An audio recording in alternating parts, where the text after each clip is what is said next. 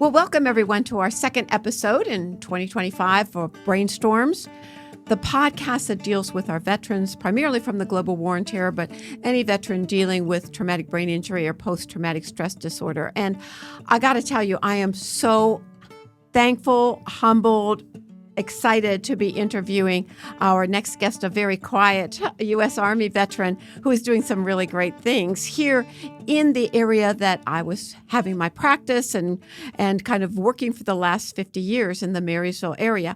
For those of you who don't know, in one of my previous lifetimes, I was for a few years the medical director of Honda of America, and I really loved working with the people at that particular plant as they went from 0 employees to 10,000. And in the midst of all that, there's this gentleman that kind of creeped in there selling Honda vehicles, and his name is Bruce Daniels. And Bruce Daniels became one of my big heroes because not only is he just amazing at selling cars and giving service, but service is kind of his middle name. The car services that we get at Honda Marysville are amazing, and you're going to find out why in just a couple moments.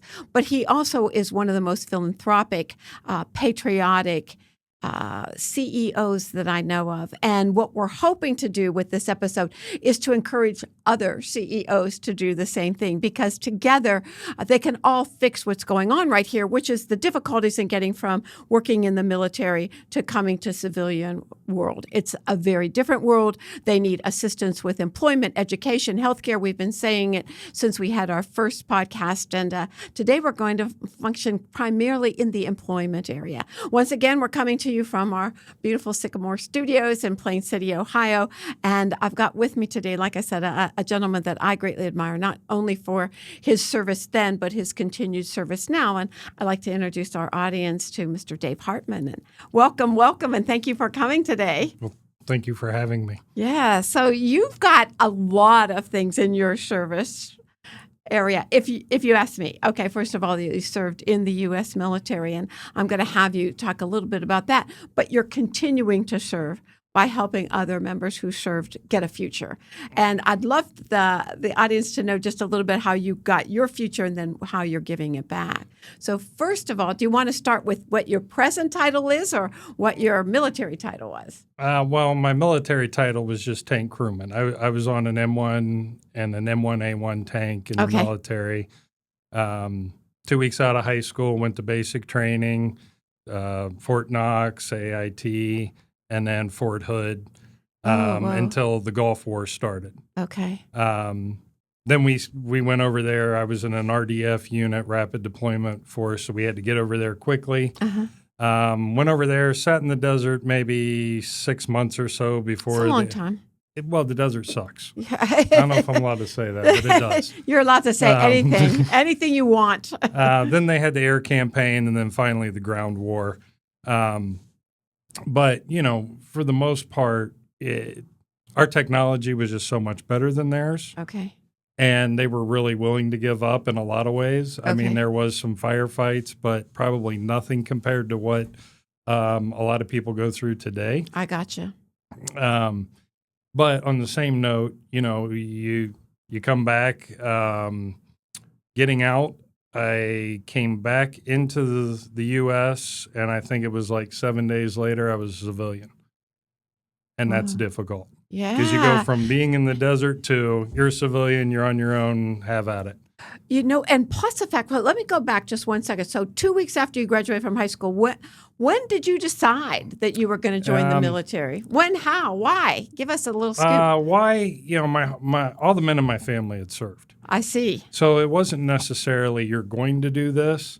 Okay. The other problem I had is I was a punk.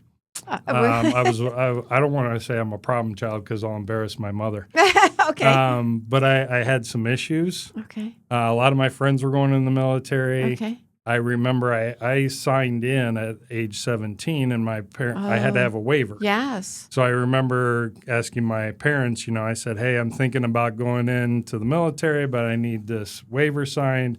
And I think before I finished my sentence, they signed it and gave it back to me. Oh, yeah. And I said, well, I was just thinking, they're like, oh, no, you're going. Oh, wow. They had threatened me with military school many times, but I knew they couldn't afford it, so I didn't have to worry about that. But when you say a punk, I mean, you stand how tall? 6 foot? 6'3", 6'4". 4, yeah. So you're kind of a big guy to be using that term punk. And a lot of times when our guys will say that, I was kind of a problem child. Being a problem child means you were a lot of times exploring different things, and status quo was not quite solving your issues, right? Well, and I just didn't do very well in high school, with the standard learning, if you will. Didn't interest you. Right. Where my sister always got straight A's. Well, she was a girl. Yeah, I get that. I get that. She was the one in the corner crying because she got an A-, and my parents were happy if I didn't get all D's. Yeah, yeah. I got mostly C's. It was a good night. Yeah. Or a good grade card. Yeah. But originally I went into the military to be a lawyer. Oh, that was my original plan. Okay. And went through all the testing, went to what we call MEPS, and they said, there you go, sign up, 6 years for, I can't remember the acronym, and I said, 6 years is a long time. And he said, well, you can do anything you want. What do you want to do? I said, I don't know, but I don't want to be in for 6 years. Oh, really? And he said, well, how about being, infantry? And I said, no, they run a lot. Okay. And he said, well, how about tanks? I didn't even know what a tank was. I had never seen a tank. In real life. In real life, right. And he said, 2 years, you get $17,000 for college, this was 89. Right. Or, early 89, maybe even 88. But I said, okay, great. I'll do it. Yeah, yeah. So at that point, I went into, delayed entry program. And then after I graduated 2 weeks later, I was in basic training. Oh, that's an amazing story. And at 17, 6 years is a really long time. Right. And yet, how long did you actually? I ended up being in total for 11. Yeah, so. But it goes by very quickly, quickly. And you were reserve at some point right. in time? I was in Ohio National Guard for nine years of that. Okay, so 2 years kind of serving in U.S. Army. Right, active duty, gotcha. And then 9 in the reserves. Okay. So here you are, a 17-year-old kid, okay, from a rural area, because in that sort of rural suburban area that we are, and you end up in a country where not only is the terrain foreign to your nature and your survival techniques, but also kind of back in time, right? I mean, oh yeah, definitely. When you said, and then you come back and you've got 1 week to shake that all off, right? Right. And good luck, right. Good luck. Yeah, it's and I think that's the hardest thing for vets. Whether you're in a combat zone or not, coming back, you get to this foreign country, foreign area, right. And even when you do get to sleep, you sleep and have dreams that you're back wherever you were before. Yeah. And then you wake up and realize, oh my gosh, I'm not there. Right. I can't do this. I can't do that, whatever the case may be. 6 months, 8 months goes by. I was there a total of 8 months, 12 days. You come back, and then just something as simple as running water.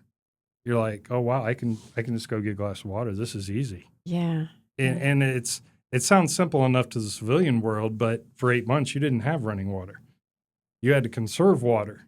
Right. You had, once they started the air war, we got 5 gallons of water every day, and that was to drink and to wash and everything. Yeah, yeah. And we don't even think of that. Well, no. It's just a given. And it's funny because you get to talking to people and they'll be like, well, what do you mean you didn't take a shower for however long? I'm not going to tell you because you'll laugh.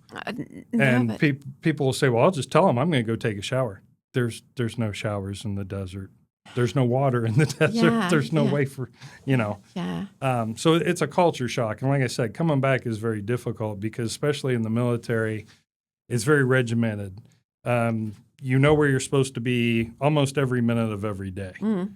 And then as a civilian, it's you're free to do whatever you want, whenever you want, however you want. Right. And you may have a job right. or somebody that you report to, but they don't overlook everything you do. Where in the military, they pretty much did that. And the consequences for not adhering to a school schedule or a work schedule right now are the loosest I've ever seen it in my lifetime, and I've been around a very long time. Right, very minimal in comparison to the military. Well, at least back then. Yeah, and still, I still that's one of the major complaints that I get from my younger vets that are getting out. They enroll in school, for instance, and people just don't show up. Right. How can you just not show up? Exactly. For sure. So while you were there, would you say that you grew up a lot? Or Oh, yes, definitely. And what were some of the major things that you noticed in terms of your thinking processes? So you're talking about, the school stuff doesn't quite interest you, but you get a tank and you're in a war zone. Right. Well, you instantly get held responsible for a lot of things. So accountability is number one, for right. sure. Okay. I use no-fail missions as, I don't know, a good slogan. Yes. Because you don't have a choice. Mm-hmm. You have to figure out a way to make this happen, whether it's changing track, changing road wheels, whatever the case may be. When you're assigned to that, I was on the XO's tank, which was great on one note. On the other note, we went from 4 crewmen to 3 crewmen because the XO, executive officer, is always doing something else. Right, right. In saying that, more gets put on everybody. Distributed, right. Right. And you just get instant accountability. You're going to do this, or you're going to explain to why you could not do this, and pretty much no is not acceptable, or I can't is not acceptable. Figure it out. Yeah. So you learn that very quickly in life, which is good. It's a good skill to have. It sucks at the time because you're like, well, how am I supposed to do that? Figure it out. And you no do. Cell phone, right. no Google. Right. Exactly. So yeah, on one note, you grow up a lot, and it's very good for you. On another note, it also sucks a lot of life out of you. Yeah, yeah. Particularly life of a adolescent. Right. I mean, that's for sure. When you were there, did you experience any major head injuries? I mean, you're a large, tall gentleman to get in and around a tank. Well, it's confined quarters in there. I've seen it. It's that's true. I did not experience any head injuries except bumping my head on everything constantly, which is I do that in the civilian world too. Okay. No, we as far as the combat aspect, we took some fire a couple times, but nothing the tank couldn't handle. It scared you. Right. But it didn't injure us. Yes. When we were crossing the berm, the tank in front of me hit a mine. Okay. And that blew the track off. Okay. But I don't think anybody actually got physically hurt. Well, and those are things that, that's a true military way of looking at it too, which is one of the issues I have as a physician when somebody gets out and, I'm talking to them and they're clearly kind of dazed and in that fog that we've come to, but they're not going to admit to that because you don't say that. And I will say in my personal and professional experience, the Department of Defense is very happy you all have that attitude. They certainly are, for sure, because on the civilian world and the civilian side, when you're working in the workers' comp world, it's a much different story in many cases. So it's one of the reasons, Dave, that I got interested in this when I heard about the young men and women coming back from Iraq and Afghanistan who were malingering and they were just making up these symptoms, and I go, whoa. That's exactly how I was when I had my brain injury, and nobody questioned me. And my MRI was normal too, So there is that difference, and as a physician, it's one of the hardest things to do is to pull out an actual injury and what happened thereafter. So I get it. You did have a good amount of metal around you, and that was, kind of helpful too. So you're in the desert. You come back 7 days later. Where did you end up? Back at home, or? Yes. Yeah, I ended up back at home. No real job because I just got out. Right.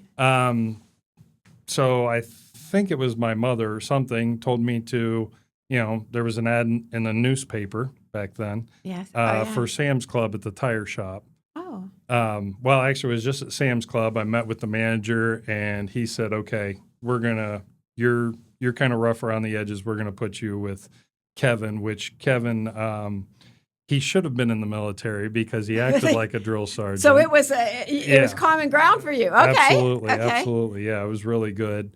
And I stayed there till I started going to school for mechanics. Okay. And what made you that because of your tank experience or? No, I fell into mechanics, to be honest. Okay. I was going to school for business. Okay.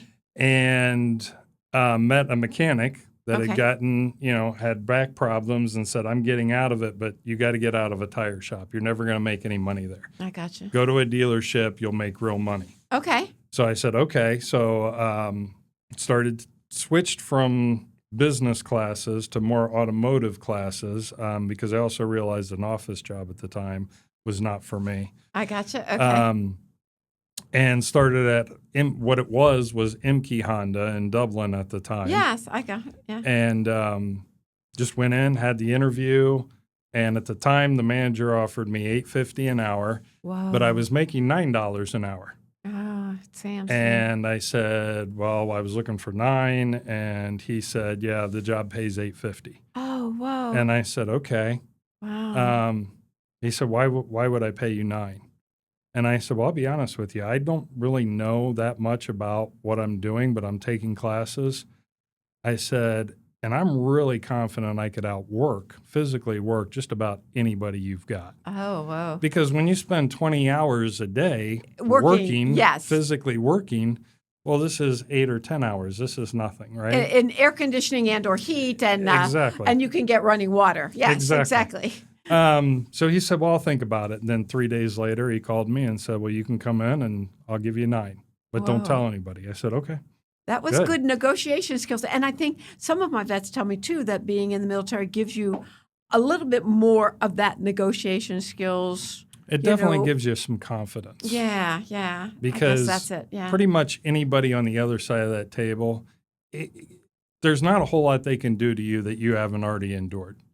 That's a very interesting point. Very interesting point. When you've got a drill sergeant screaming and yelling at you, and at the time, walking past you and accidentally throwing an elbow, you're not worried about a civilian on the other side trying to intimidate you because you're like, okay, chances are there's nothing that's going to happen here that I haven't endured. Yeah. So I've never heard that expressed that well. That's very cool. And it's not just the physical aspect. I mean, I remember one time I let down my XO, my executive officer, and I felt terrible. I mean, I might as well let down my mother. Yeah. And I didn't mean to do it. I just did it. Yeah. And I felt absolutely terrible in letting him down. And because he was a great leader. That's one of the things I really appreciated about the military is I learned what real leadership was about. It is an amazing and so, you have those relationships with those people, and it changes your life. Mm-hmm. And the thing is, so many times it changes it for the better as long as you get another break somewhere along the line on the other side. Yes. Because one of the things that I've been a proponent is I really wish that people leaving the military would have their VA appointment within 2 weeks from now, here's your VA appointment. And, right. and here's a couple job interviews and here's how you, but there's no handbook that really goes with you to where you're going, There's not. And I agree with what you're saying. And I'll tell you, I haven't shared this with you. It's been about a month ago. I've been out since 2000. Okay. So 25 years. Yeah. So I made an appointment with a VA representative. Oh, yeah, quarter century. There you go. Right. All right. And it's because I didn't want anything to do with the VA. I was out of the military. I don't want anything to do with it. I'm done. Yeah, right. I don't want anything. And a lot say that. But get some healthcare provider in the area. I think that's what we owe veterans to have some place to hook up there or education, because to get into the VA system, for instance, the amount of paperwork, Well, and that's where I'll give credit I worked with a guy. Well, I do work with him, but I was talking to him. I'm like, you ever do anything with the VA? And he's like, oh yeah. And he goes, you don't? And I said, no, I don't. I can't even explain why I didn't. Right. I think some of it's ego. Some of it is I don't need that. I don't want something I don't deserve necessarily. Because that's a terrible thing. And I hear that a lot too, when you all deserve the best medical care, like the gold standard is what you deserve. But he said, you need to talk to my wife. And I kind of looked at him funny, and I'm like, your wife? And he goes, that's what she does, is she helps vets get VA benefits. Well, you've had a lot of guardian angels along your way there, let me tell you. And even then, I was very reluctant. Yeah. I don't know if I can mention her name. Can I mention her name? Jamie. Yes, that's Coldwell. good. Okay. And she works at Marysville VA Services, and she was outstanding. Yeah. And there's a lot of those very helpful people there, but you got to be hooked up with them or you don't know they're there. Well, and the way she was able to read me and understand that how I approach things and how I don't really want this, but I want this, and guide me through it. I can't give her enough. Yeah, she's done it before. Yeah. Yeah. Oh, yeah. She's very good at her job. Exactly. But to be able to understand where that individual is coming from, it's a special skill, and it's a special person who stays within a system that's very hard to work with to help other people through it. It's a very special person. Well, and especially in combat arms. This isn't an insult to combat arms or myself, but we don't like paperwork. Yeah. We don't, how do we make this go away? Right. Is more of a you've got more important things to do. And we doctors feel the same way. Trust me, we feel the same way. So, yeah, for sure. I want to get to my job, and this is not it. Right, exactly. Yeah. So you're at Imke Honda, which is in a suburb of Columbus. And you end up going down the road. How did you get hooked up with Mr. Daniels? Many years later, I went from Imke to Mercedes to Lexus. And then I wanted to get into the possibility of management, and that's why I joined the Performance Automotive Group. Okay, tell us a little bit about that, because that's a special segment. I mean, not everybody has that. That's Mr. Daniels' kind of. Well, there was room for growth. Mm-hmm. There was room for opportunity, and that's what I saw there. Okay. I was there about 6. And there, is it a place? Is it? Tell us just a little bit what Performance Honda Marysville. Gotcha. I was at Honda Marysville for about a year, helping out the maintenance team at the time. Okay. And it's the car dealership you're talking about, but you're in the maintenance part of it. Gotcha. And then Honda R&D. Yes. Built research and development built a service facility on their property and wanted us to staff and manage it. Yeah. So that was my opportunity to get into management, and we ran that up till COVID. Yeah. Of course, when COVID happened, 3/4 of the engineers worked from home, so we lost our audience. Right. And Honda went through a major reconstruction, and R&D was no longer a separate entity, and so we basically decided, okay, this isn't for us. And that's when Bruce Daniels and John Stamm approached me and said, well, how do you feel about creating a training department? And I thought it was the greatest opportunity in the world, given, are we really going to do this? Okay, gotcha, That was the big question when Mr. Stamm talked to me about it. I said, we're going to kind of do this, or we're really going to do this? And he goes, no, we're really going to do this. And my biggest question after that was, well, what are we trying to accomplish? Because you can just offer techs more money and get techs in the door. Gotcha, right. But the problem is, if you have those individuals, are they just going to leave for more money? And the goal of the idea is, no, we're going to take them from ground zero, and we're going to build them up, and we're going to educate them on what we want, what our values are. Yeah. And honestly, it's just been overwhelmingly great. That started when, Dave? It was 2020. Okay. Well, late 2020. I gotcha. Okay. But what's crazy, and it still impresses me every day, is the way the Bruce looks at it, John looks at it, the leadership of performance looks at it. It's not just dollars and cents. Mm. You know, it's how do we take an individual and build them up? If they don't get it the first time, we're not kicking them out. Mm-hmm. Let's go over it again. I can tell you from being a tech to a manager and now training. One, I owe a lot of my teachers a lot of apologies. So anybody knows me as a student, I apologize because I had no idea how difficult it is. One of the things myself, Alvin, Ralph, Lou, those are the additional trainers in the team, does is, okay, so we've got, say, 10 people in the class. Mm-hmm. 7 of them get what we were trying to accomplish. 3 of them don't. Okay, and some of those are veterans who've had brain issues. Some of them are people who've had other any dynamics. Anything. Right. Well, why did the other 3 not get it? Well, we're not kicking those other 3 to the side. We're looking in the mirror and going, okay, if my thought process didn't work, well, Alvin, maybe your process will. That's an amazing. Or Ralph, maybe your process will. Let's figure this out. A lot of things that are in the military is a process. You know, you clean a rifle, it's a process. You clean a tank, it's a process. You load a tank, it's a process. Gotcha. You brush your teeth, it's a process. I gotcha. Okay. A lot of things in automotive are like that.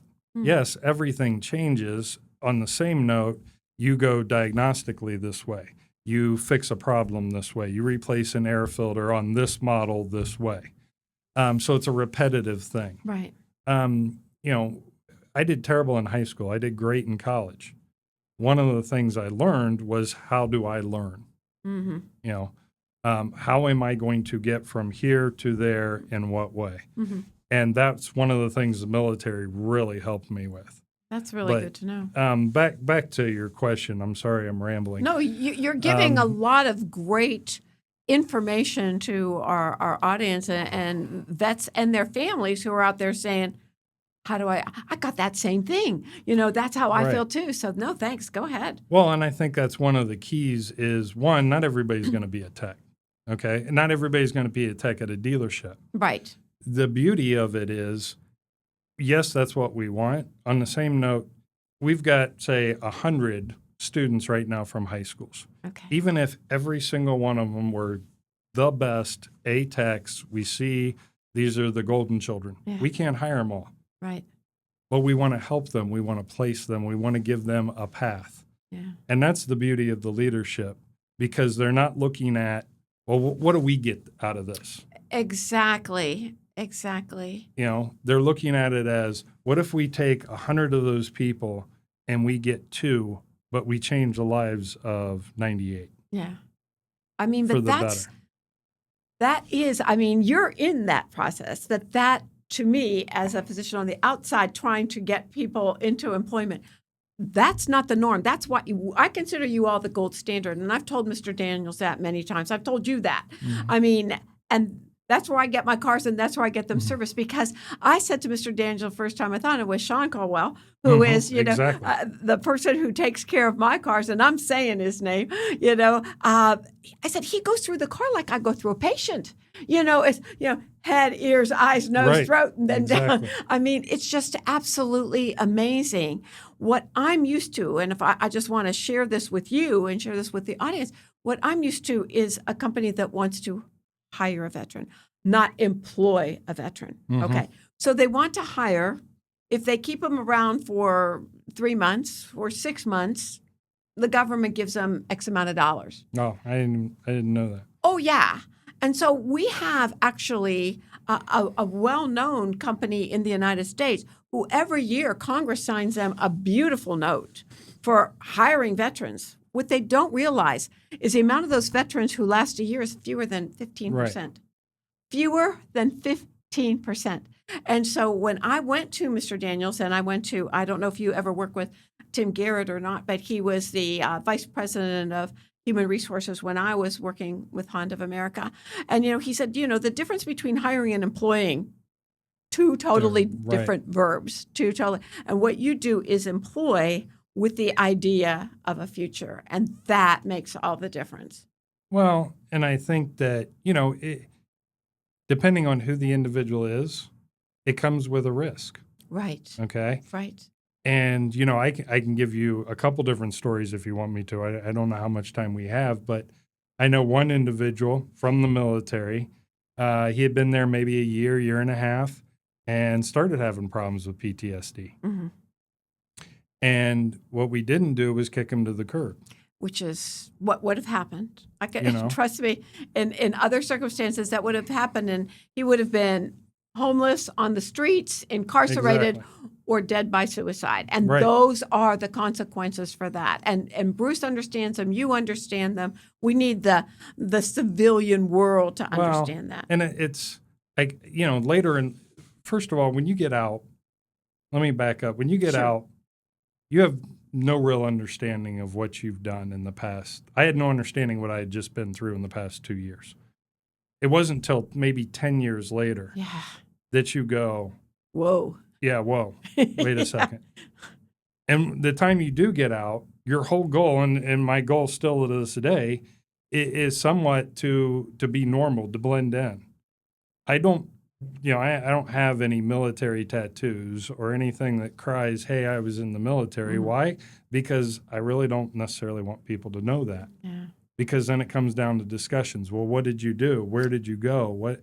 And everybody can say, well, no, that doesn't matter, or I'm not going to look at you any different. They do. Mm-hmm. And then what do? You self-isolate. Mm-hmm. It's that simple. Right. That's a very good scenario explanation that you gave. It's not a good scenario, but it is what happens. Well, for sure. it's the reality, because you don't feel like you fit in. Mm-hmm. You do feel like now people see you as a threat, Mm-hmm. and you don't want. Nobody wants that. Mm-hmm. Right. And then and I just went over this again with Jamie. She asked me a question. I said, I don't know what that is. She said, well, what do you do when you go into, say, a restaurant? I said, well, you immediately identify if there's any threats, size people up, make sure you're facing the door. She goes, yeah, that's what I'm describing. That's not, normal people don't do that. Yeah.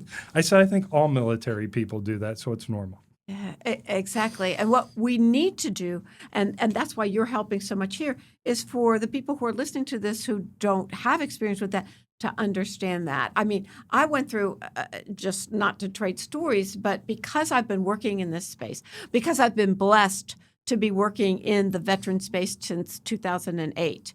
I was at a Christmas party over there. It was the first Christmas party that I had been to in about 10 years. And, I had just gotten off the phone with a young man who had just given me 7 names of his brothers who had died in Iraq and Afghanistan.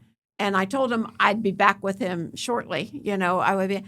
And I couldn't take the stories about shopping and this, that, the other thing. I'm thinking, Right. I got this kid, and, he's in North Carolina. I mean, I don't know him. He doesn't know me. But I feel that we have connected. And I'm there like, I got to go there. Well, you just got here. I go, no. I said, but this is not my scene. Right. This is not my scene. So that abnormalcy is actually contagious, but it's actually a sense of responsibility as well. You're responsible for your person and the people with you to make sure that everything is safe and secure. And I feel responsible to those young men and women who volunteer their lives to keep us alive. I mean, that just is the bottom line. And if we all felt that way, we'd all be a better state of heightened awareness, normal, not just self-absorbed, not Right. just looking into Exactly. this world, which is right around my space. Yeah. So I admire you. I'm just telling Wow. you that. Well, thanks. You're welcome. And the next time that I need an excuse for you to get out of any Christmas party please, without any further explanation, the next time that we think of that. So, all righty. So I didn't mean to interrupt you with No. that, but that abnormal is actually a heightened awareness, a service individual. And you were born with that DNA. You were born with that DNA to serve. And we have shown that in many research laboratories throughout the nation, you say it wasn't even a question. Every male in our family is served. I mean, that is what we call the service gene. And unfortunately, it's dying out. I don't think anybody would dispute the fact that it's dying out. But it's odd when service individuals, firefighters, law enforcement, military are considered that abnormal. But when only 1% of the country is volunteering, to fight for our rights, it does become a minority. Yeah. Mm-hmm. Yeah. So I really admire the fact that what you're saying is even in your training program, you're actually helping these people with some remuneration once they get to a certain part of your training program, correct? I mean, it's not like they're paying you for the opportunity to learn from some of the best. You're actually helping them out. Right. Well, and we have many different programs. Once they become employees at the entry level, it is paid training. Yeah. And then, of course, it doesn't stop there. Right. You build relationships with these people. You tell them, hey, if you run into problem cars, call me, whatever the case may be. Because especially as a male and as a tech, you have an ego that says, well, I don't really want to ask for help. Yes. But when you have that camaraderie, it's a lot easier. Yeah, for sure. To say, okay, well, let's check this, and then see where we're at as far as diagnostics or what have you. And also knowing you're not going to be let go. Right. For bringing up that I may have an issue with this particular part. I mean, that is huge. It's just huge. Well, and again, it's how the leadership looks at it. And that's what I'm saying. You guys have a phenomenal leadership, and that includes you. And that's why, you can hear it. You can feel it. Steve, our tech, is over there shaking his head at me. We can feel your presence in this studio today, David. Well, what really amazes me is the generosity of Bruce, of the leadership. Yes. Because I don't know, it's not a question of, for instance, in this year's high school class, asked one of the kids. Well, actually, I didn't ask him. I asked Alvin, my other instructor, to ask him because Alvin's much gentler about the things. I'm like, he's wearing some shoes that are completely worn out. Find out if he needs boots. So he came back. Alvin came back. Yeah, he needs boots. I said, all right, have him get a picture. Go to a store, get a picture. I'll get the boots. Yeah. That's not a question of how expensive is this, or is this guy going to work for us? What's his productivity going to be when he gets out of this class? We may never see him again. Right. No, I can already tell you, Bruce. If he didn't have the right boots, right. Well, Dave, why not? Why didn't you already take care of this? Yeah, I know. Because one, that kid's safety is more important. Two, what's $75 to $100? Mm-hmm. Let's get it taken care of. Let's get it safe, and let's give this kid the opportunity to do things and do it right. Yeah. And I've never seen that in any other job, to be honest. Which is the sad part, which is the sad part, which is why a company that gets congressional letters saying how great they are to hire vet has fewer than 15%. So we need to flip this conversation. And Mr. Daniels and I were blessed to be able to be in Washington, D.C., in the Capitol, in the midst of all of the chaos that was going on last year, and present some of these ideas. And we're going back. I had told our audience on our first podcast of this year that our theme is Come Alive in 25. And by that I mean every single person that we come in here, we want them to hear your story. We want them to hear Mr. Daniel's story. We want every employer in the United States to look at him as a gold standard and say, maybe there's something I could. I may not be able or willing. Mm-hmm. It's usually not able. It's usually willing. I'm not willing to do all of that, but I'll do some of that, and everything is going to be a start. And we really, we're at the point now where the country is exhausted. Mm. We're exhausted from the stress, the civil unrest, the infighting. Let's actually try to get together and solve some of these things. And what I believe is we need to solve the veterans' issues first. They're 1% of the population. If we can't take care of the 1% of the population that volunteered their lives for us, what are we actually doing? What are we actually saying?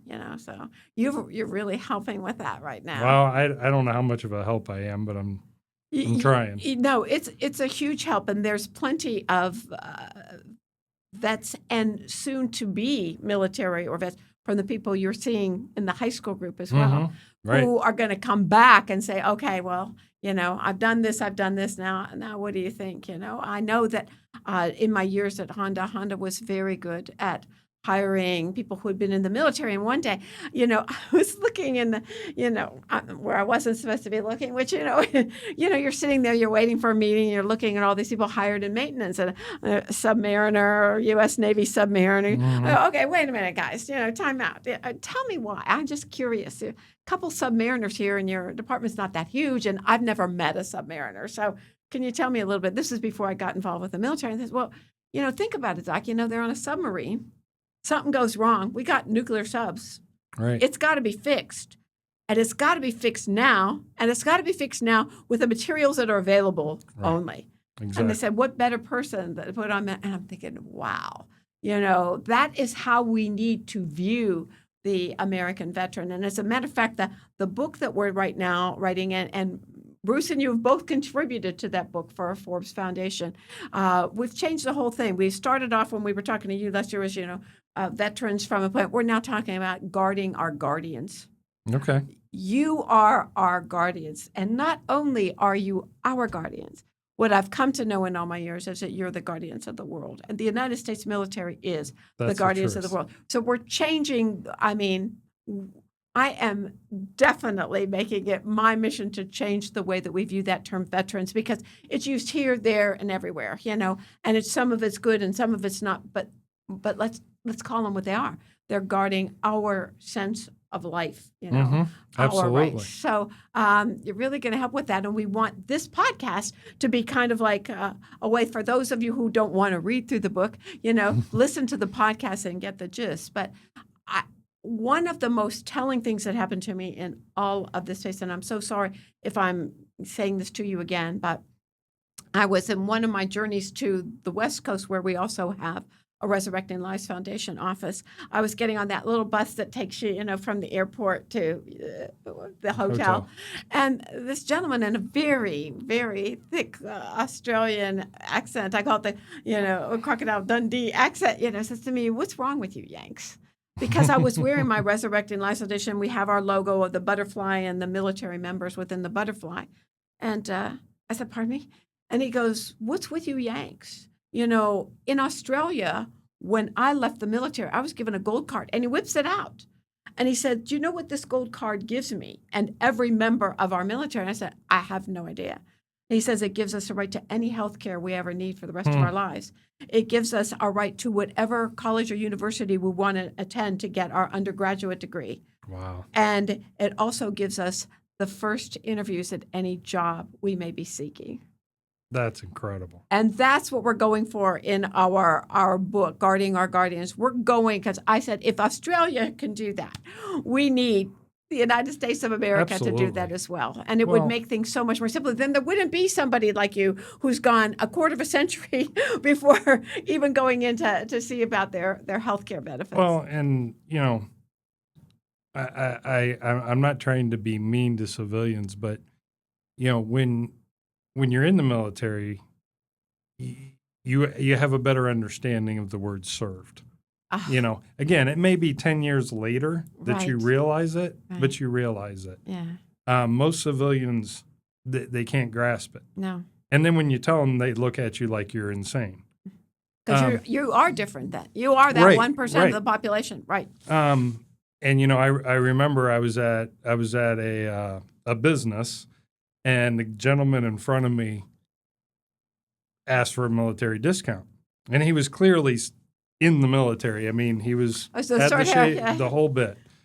The Gibbs haircut, I call it, from NCIS. Right, exactly. The high and tight. And the guy behind the counter said, "No, we don't offer a military discount. We already do enough for you guys." Seriously? And I couldn't believe it at the time, because I was like, I don't think this guy understands what he just said. No. And I was younger at the time, so I was less vocal? Surreal.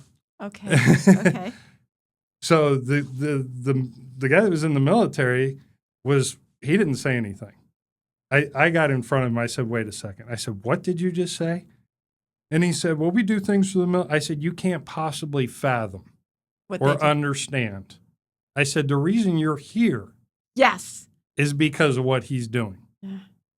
Well, and he apologized because he didn't realize what he said. I didn't mean it like that. But that was good. You taught. So did he apologize to the gentleman? Right. Okay. Yes, he did. He goes, I didn't mean it like that. But you taught him something. I said, you need to be careful your words because you can't. I found that many civilians, when you tell them that, it's like, oh, whoa, really, seriously, like they want to know, they want to learn. Some don't, okay, right? But those that do are sincere about that, and that's what we're here for. That's what we're trying to do, and you've done an interesting job of it today. Well, Mr. Hartman, who wasn't sure about coming on because you're kind of a quiet, steady kind of guy. What else would you like to tell our podcast audience that I may have prevented you from doing inadvertently? I don't know that I necessarily have any great thing to say. I would say, automotive, the trades as a whole, whether it be automotive, plumbing, HVAC, electrical, whatever the case may be. That's where jobs are right now, correct? There's a huge demand, first of all. I can't speak for all the military. I can definitely speak for, the combat arms. There is a unity there, among the techs. Yes. That's one of the things that kind of kept me as a tech. I gotcha. Was, it's kind of like being with the guys on the tank. It's kind of like being within your platoon, within your unit. Gotcha. So you build I'm not going to say the same brotherhood because it's not. Right. But a brotherhood. Right. Yeah.